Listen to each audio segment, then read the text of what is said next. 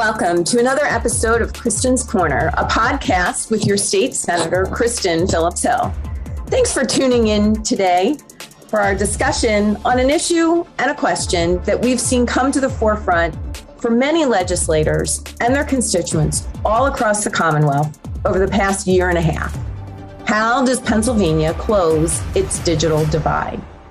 Joining me on today's program are two of the top legislators on this issue in the Pennsylvania House of Representatives, who I have been working with over the last several months on connecting more Pennsylvanians to high-speed internet. Representative Marty, who represents Cameron and McKean counties and parts of Potter County in the Great Northwest, and Representative Clint, who represents all of Tioga County and parts of Bradford and Potter counties. Gentlemen, welcome to the program. Senator Phillips-Hill, thank you very much for inviting us to be on the program with you. Glad to be here to talk about this very important issue, something that's important for us in the Northern Tier, but all across the Commonwealth, and that's connectivity. And I know that you've been a leader on this issue, and glad to be working with you in a bipartisan manner to move legislation forward to really move our state forward on this issue. It's great to be here, Senator. Thank you so much for having me. Well, thank you, Representative Representative Owlett. I think we have to look at the issue of broadband accessibility using three core pillars, which the Senate Communications Technology Committee, and I know that the House Consumer Affairs Committee, we've been holding hearings, and over in the Senate, we identified those during several public hearings last session on closing the digital divide. And those three core pillars are regulatory reform, utilizing existing infrastructure and assets, and of course, the big issue is funding. So Representative Owlett, you were the champion of legislation to address both regulatory reform and utilizing existing infrastructure and assets. Your bill, now law, allows our rural electric cooperatives to use existing rights-of-ways and poles to build out broadband infrastructure. Can you talk about what a win your bill was in how we cut red tape to address broadband, and any feedback that you've heard so far on the law's early stages and its success?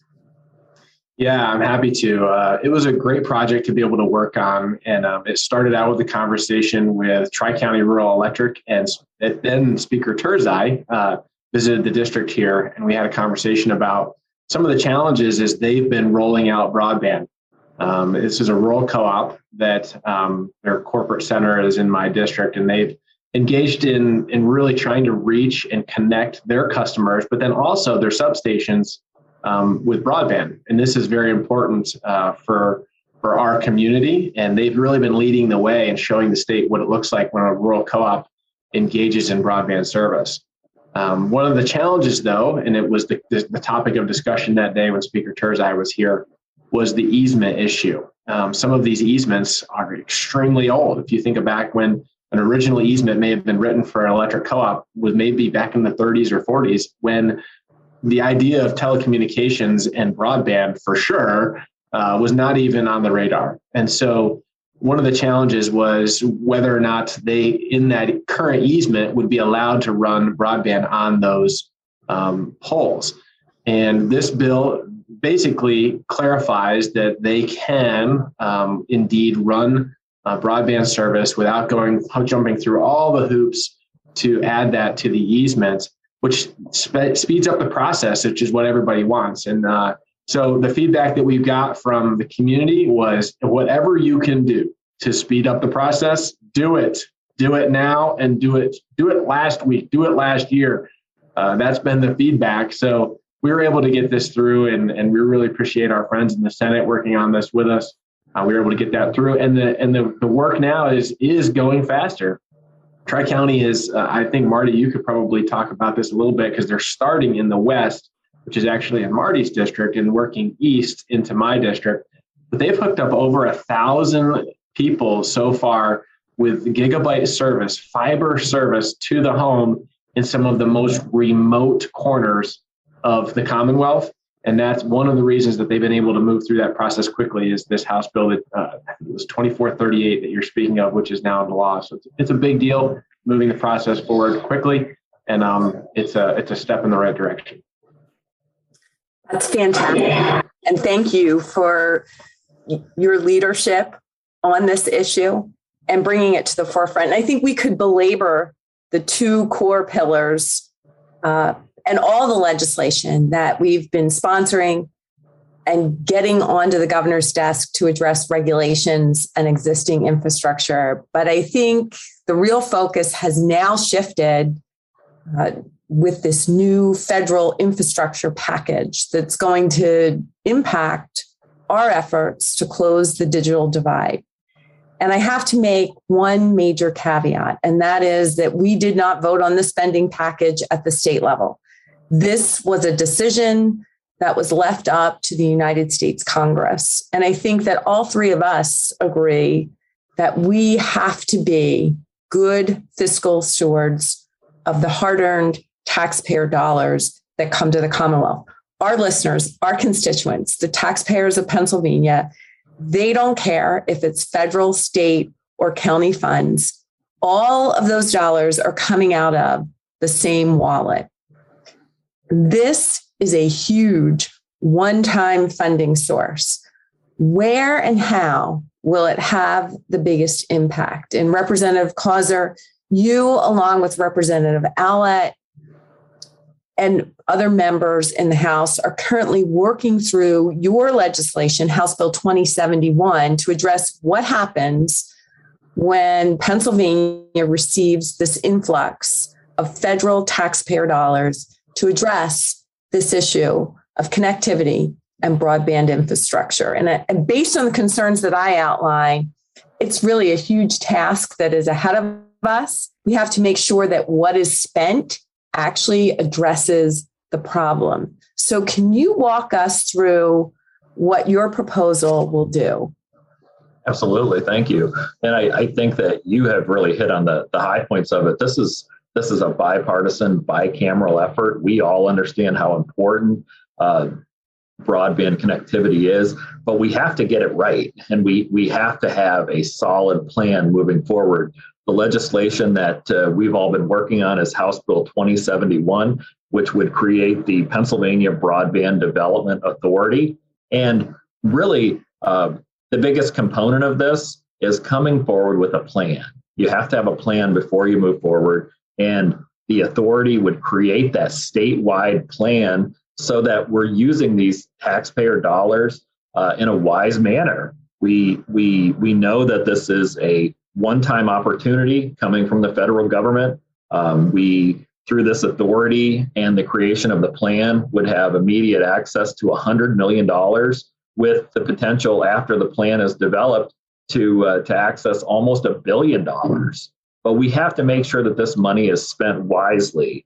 These are taxpayer dollars, and the taxpayers are depending on us to make sure that every dollar is spent wisely and that broadband service is rolled out across the state in a manner in which every community benefits from this. So this Pennsylvania Broadband Development Authority would be in existence for no longer than 6 years. It's limited.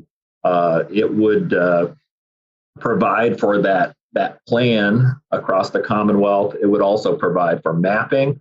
It would provide a focus on areas of the Commonwealth that are unserved or underserved. And I think that that's vitally important. It would, the board that we're creating in the legislation that would make the decisions for the grant funds is a bipartisan board that includes members of the administration and also the legislature, so that we don't have the governor making all the decisions and where all the grant funding is going. It would be a bipartisan effort, and it includes clawback provisions so that if grants are awarded to businesses or government agencies, and they don't follow through with the wise use of the funds in creating broadband, those funds can be clawed back to the state government and reallocated to other projects. So this is all about a comprehensive effort to spend these dollars in a wise manner, and quite honestly, having a solid plan for broadband development across the Commonwealth. And I'm certainly glad to be working with you and Clint and others in the legislature to move forward with this comprehensive legislation. Thank you, Marty. Clint, Representative Owlett, is there anything else that you would like to add about the legislation? I would just like to add that and kind of really highlight some of the things I think that Marty talked about. One of the big things that we pushed for when we were working on this was to make sure that it was limited in scope and time. We did not want to create something that was going to last for the next 100 years. This is a blitz. This is to put the pressure on, get it out there, fix this issue that we've been hearing about for a long time, because the federal money is there now, and we need to do what we can to make sure that it's spent efficiently and effectively. Those are the two words that have kind of stuck in my mind as we've negotiated through this process: efficiently and effectively. And the other piece of it that I think is important to know is that there has to be a consistent service that's provided. That was something that we made sure, because there's a lot of areas of the state that might have service, but it may not be consistent service to meet the federal regulations. So we added that in there to make sure that those areas that technically on a piece of paper might show that they're served, but they're really not in a consistent manner. So that was important. And then again, the clawback. So yeah, this has been a good process to work through. And I think it also shows that we can come to some sort of an agreement in something that's so important like this. So being able to work with the Senate and the House and the governor's office to be able to come up with something that we believe will actually work, that's been encouraging for me to work with you guys on this and some of our friends in the other chamber. So it's really cool to see. Hopefully we can get this wrapped up and get it started so we can actually access this money and be able to bring about the change that we all know needs to take place to see, for me, I'm looking at it from the rural perspective, to see that rural Pennsylvania is connected in a meaningful way. I think that you've both hit all of the key points. One of the things that I would like to emphasize as well is that we're working to be technology neutral. In the work that we've all done with the bipartisan bicameral broadband caucus, as well as the work we've done in the House and Senate in our official committees, we have learned that there are so many different ways that people can be connected to quality, high-speed internet service. And just last month, we met with the folks from SpaceX that are using satellite technology. This month, we're going to be meeting with Microsoft, who is using that part of the spectrum that was abandoned when television went from analog to digital, and using that bandwidth to put out high-speed internet access in more rural areas. And Pennsylvania is a large and diverse state, and what technology will work in the northern tier may not be as effective down along the Mason-Dixon line. And I think it's important that this legislation recognizes that and remains technology neutral. There's so many opportunities for all different types of providers for connectivity for our constituents. And I think that's really important.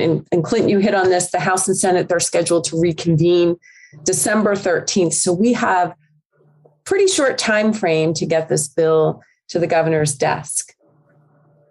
And I think it will be important to do that because, Marty, as you emphasized, a large chunk of these dollars are only going to be able to be accessed by providers if the Commonwealth has a broadband plan. So we need to get to work and get that plan completed.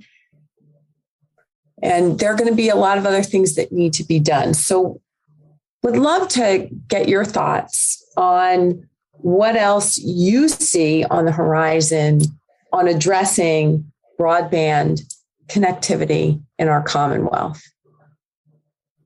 Well, I'll jump in there first, if it's all right, Senator and Marty.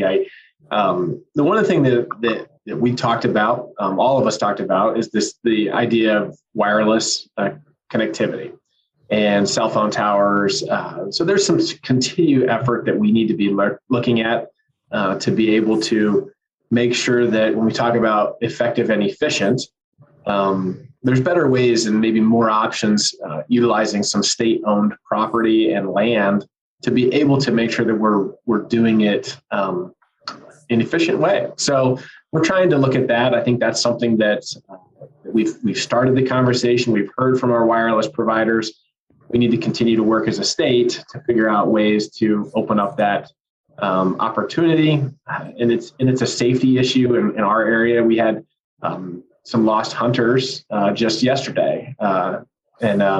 So we're recording this early, and I know that it's the beginning of deer season, and we got a lot of hunters out there, and to have cell phone coverage that's efficient and effective in some of these areas, we had dozens of first responders out there looking, and to have good cell phone coverage in some of those corners would really help them out a lot. And I think we can do that with looking at some of the regulations that are in place, and maybe being able to adjust some of that to make it actually happen in a more efficient way.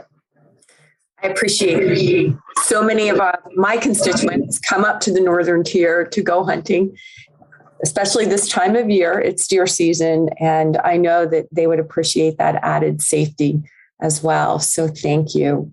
Representative Causer. I have to tell you, I think the biggest thing is having a good, solid plan. We know working in state government how important it is to plan ahead, but having a solid plan that has some flexibility to it. I think Clint hit on this.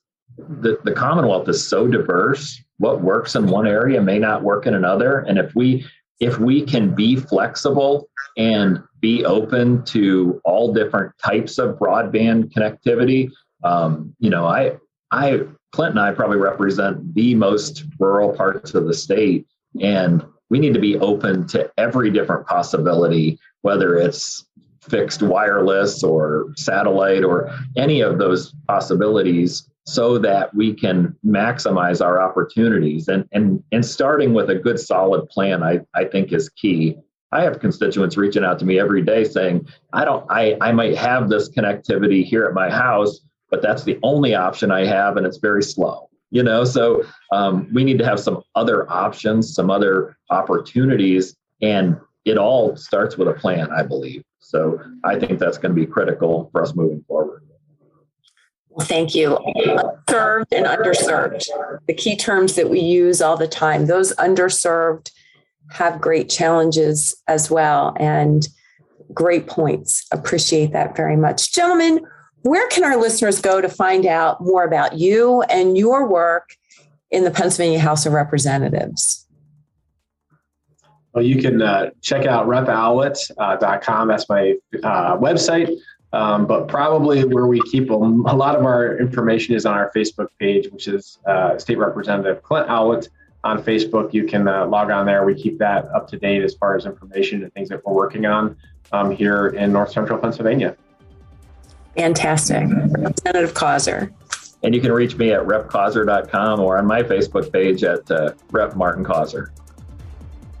Fantastic. Well, thank you again to our guests today, Representative Marty Causer, Representative Clint Owlett. Thank you so much. This is State Senator Kristen Phillips-Hill. Thanks again for tuning in, and we'll talk to you again soon.